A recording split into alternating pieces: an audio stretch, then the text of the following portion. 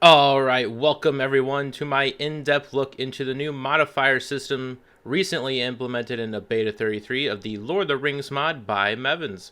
Here I'll be presenting the stats that I have been collecting and configuring for the past 3 weeks on the occurrence of each modifier as well as what each modifier does. If you don't want an in-depth look and just want a quick overview, head on over to the SmileBC's channel where he makes videos on every major addition to the mod. Now with that out of the way, let's get into it.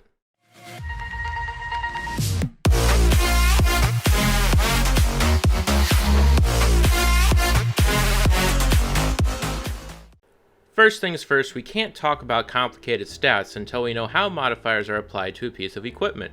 The first and easiest way to get modifiers onto your equipment is to simply craft it and place it in your inventory. Once in your inventory, a modifier will be randomly applied. This works on every weapon, tool, and armor piece except the hoe. I am not sure why that is, but that is what I have found through testing. The second way to get modifiers on your equipment is to place it in an anvil as if you were going to repair it. Then you place the material it is made out of in the lower slot of the anvil. When you place the two items, a hammer will appear in the bottom left of the GUI. Click on this and your once ordinary piece of equipment will have a random modifier applied to it.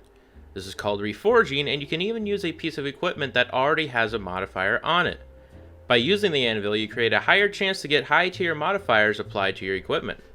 Thirdly, and finally, you can go out into the world and find yourself a smithy of your appropriate alignment. Once you have found one, open their GUI and click on Smith. This will open another GUI that looks exactly like the new anvil. Now all you have to do is use the smith as if they were an anvil. However, there is a catch. Instead of using the material to reforge the weapon, you must instead have money in your inventory. This is great if you're running out of resources but have plenty of coins laying around. Now, before I get into any in-depth occurrence stats, we need to know what all the different modifiers are. However, due to the long list, I will merely mention a few of my favorites, while the rest can be found on the wiki linked in the description. Legendary. This gives the weapon or tool plus 3 melee damage. On a dwarven sword, this makes the damage go from 8 HP per hit to 11 HP per hit. This makes a huge difference in the heat of battle, and I would love to have it on my mithril hammer. Enduring. This gives the weapon, tool, or armor piece times 2 durability. The biggest reason why I loved the vanilla enchanting system was mainly for the unbreaking enchantment that it offered. When you grind for almost a month to get mithril armor, you like to make it last as long as possible. Aeolian, being one of the more Middle-earth names out of all the modifiers, gives the piece of armor plus 6 protection from projectiles. I love this as my main problem is always running into large groups of archers in the middle of nowhere. To me, this is one of the most annoying things as you can't even get close to them without almost dying.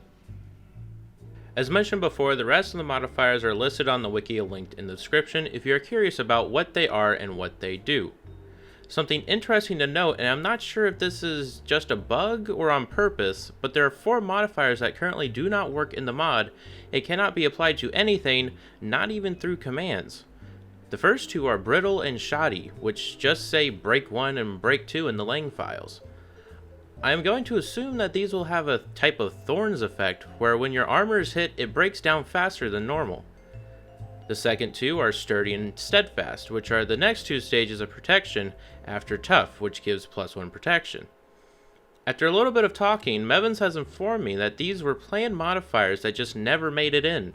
The reason being that the code behind it did not perform as intended, so they are out of the mod for now.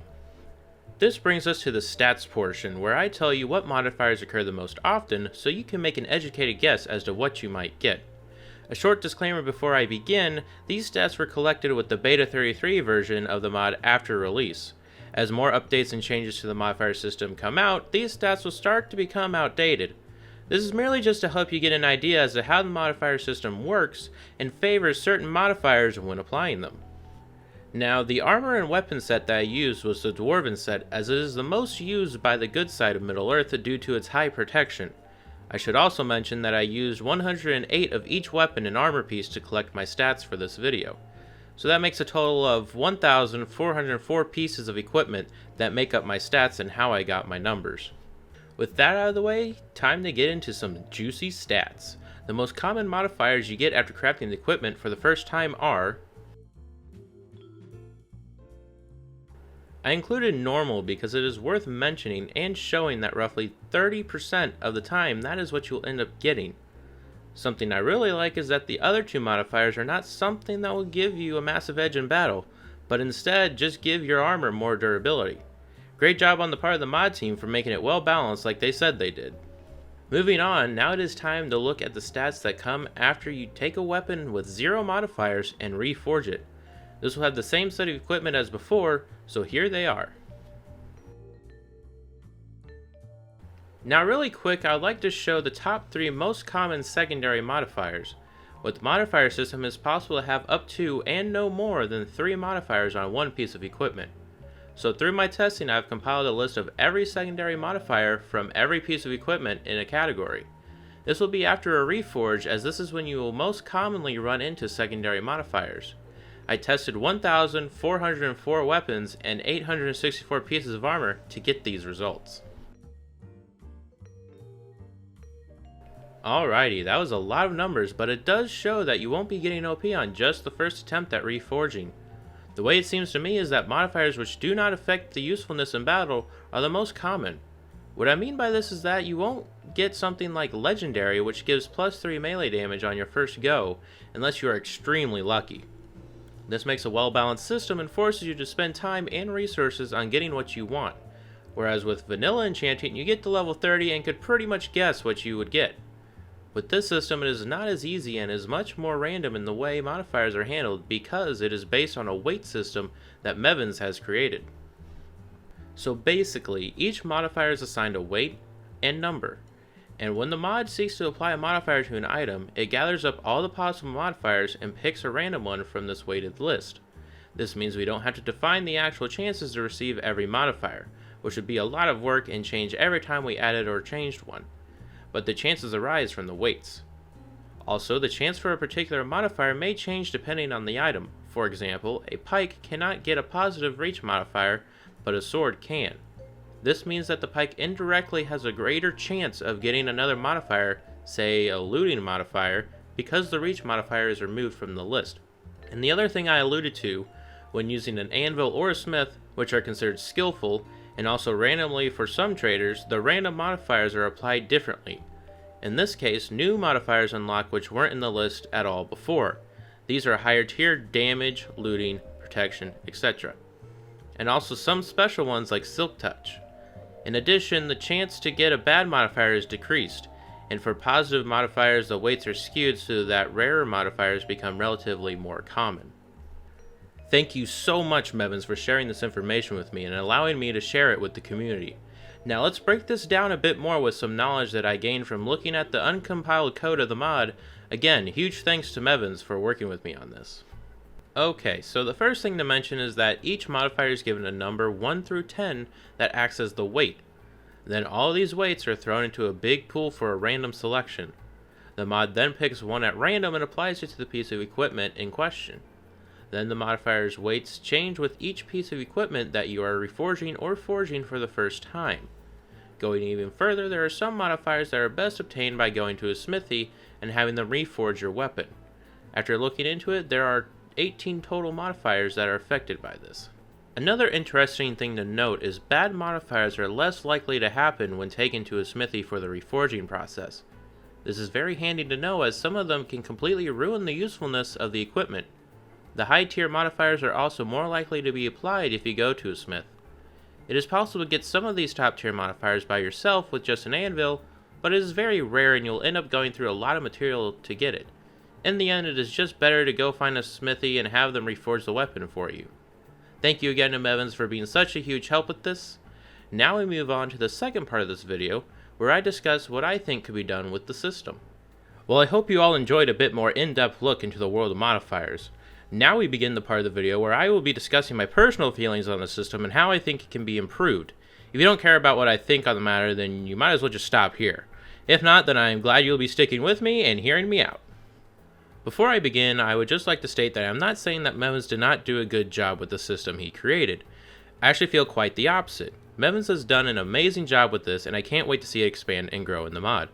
All I am doing is making suggestions on how to help it improve from its current state, and to make suggestions on the mechanics and functionality of the modifier system. If you do not know already, I am currently enrolled in university to go after a game development degree, and I like to look at games and think of ways they could be done and be improved upon. So with that out of the way, I will move on to what this portion is supposed to be about. The first mechanic I would love to see in the modifier system is to have higher tier modifiers locked for the player to obtain through reforging themselves, but can be unlocked after certain tasks are complete. You might be a little confused as to what I'm getting at, so let me explain a little bit more. As of right now, you do have a chance to get higher tier modifiers just by sitting at an anvil and constantly reforging a piece of equipment. The chance is small, but still there. I'd like it if it were something that has to be earned and not just available from the beginning. The player would have to reforge a certain amount of equipment to unlock the ability to have a chance at higher tier modifiers. This will help encourage exploration and travel, as most people will just go find a smith to have the forging done for higher tier modifiers. However, it will give those who don't want to travel that much a chance at higher tier modifiers, but they just have to work a bit more for it. It could even become an achievement or title that you unlock along with the ability to reforge higher tier modifiers. My second idea to approach this is to have a special smith spawn in the world. This smith would be something of a master smith like Celebrimbor and has a much higher chance to give top tier modifiers than normal smiths. Before you say, oh well that is OP, then let me explain it a bit more. Now I don't want it to just spawn normally like any other smith in the mod. This smith would be a rare occurrence and hard to find. It could even be as rare to find as mithril. The other way this could work is to make them spawn in a far secluded area like past the Red Mountains or in the far reaches of Harad at the Horn of Harad. It could even be made to spawn on one of those weird random islands covered in the jungle below Pertoragwaith. My third idea on how to make this system a bit better and different is to have a certain race of smith have a higher chance of certain modifiers. Here's an example list that I comprise to help convey my point. The race of men and Mordor could give you sharp, keen, mighty, legendary, hardy, lasting, enduring, swift, long, and tough, and other modifiers like that. The dwarves and Uruk-hai could give you lucky, fortunate, blessed, hefty, hulking, handy, nimble, masterful, silken, cooling, Belagostian, unwithering, and other things of that nature. And the elves and Angmar can give you strong, powerful, fierce, punching, striking, infernal, chilling, headhunting, glancing, eoling, thick-souled, strong-shod, and light-footed, and other certain things of that nature. The race combinations are obviously susceptible to change in configuration. However, I think this gets my point across as to what I think could be a possibility. Have a certain race be more likely to give you a certain modifier. Simple idea, but very complex to execute. For my final suggestion, I'd like to talk about additional modifiers that I really want to see. Now, of course, I'd like to see all of the vanilla enchantments in the modifier system in some way or form. These are just my personal favorites and most wanted additions in the modifier list. I'd really like to see this one be one of the top tier modifiers that is really hard to get, but still obtainable. If you don't know, my main weapon of choice is a bow and arrow. Having to carry around stacks of arrows when going on a looting mission really leaves little room for actual loot in my inventory. I know I could just carry a big bag with a bunch of arrows, but why do that when you could just have infinite arrows instead? The two names I could come up with for the modifiers are Legolas Axe or Gift of the Valar. Mending. As far as I am aware, this is a fairly new enchantment in the vanilla system. The way it works is when you collect XP from normal Minecrafty things, it will go to any item with the mending enchantment. Then any leftover is applied to the XP bar. My version of the mending enchantment for modifiers is less complex. What I think of when putting mending in the Middle Earth realm is just having to use less material to repair a piece of equipment. So let's say it took 5 ingots to fully repair a chestplate, it would instead take 2 to 3 ingots. I don't have a name for this, but if you'd like to leave one down in the comments, I would love to see what you come up with. Thorns. Everyone who has gotten thorns on their piece of armor is instantly filled with regret and disgust at the thought of losing their armor twice as fast. My version is a bit different when being applied to the world of Middle-earth. In fact, it is already in the mod, just not as a modifier. The Morgul armor set has a special effect that when hit, it will damage the enemy's weapon. I like to see this as a modifier so that it is not restricted to the Morgul set. It could be called something like Curse of Morgul or Morgul Rot. Invisibility. Last but not least, I come to the infamous ability to turn invisible. Now I know that this is not an enchantment in the vanilla system, but rather a potion. What I want to see is the same effect as what the Dunedain Rangers get when attacking an enemy. They are not completely invisible, rather they are just more transparent. Ever since I saw this in the mod, I have wanted it to be something I could wear and do. It only makes sense that with the modifier system, it becomes a reality. One name I can think of for this would be Stealth of the Dunedain. With that, it is time to bring this video to a close. If you have your own ideas on how to improve or add to the modifier system, please leave them down in the comments below. I'd love to see what other people can come up with. If you enjoyed this video, give it a thumbs up, and if not, you know what to do. Subscribe for more content, and as always, I will see you all in the next video.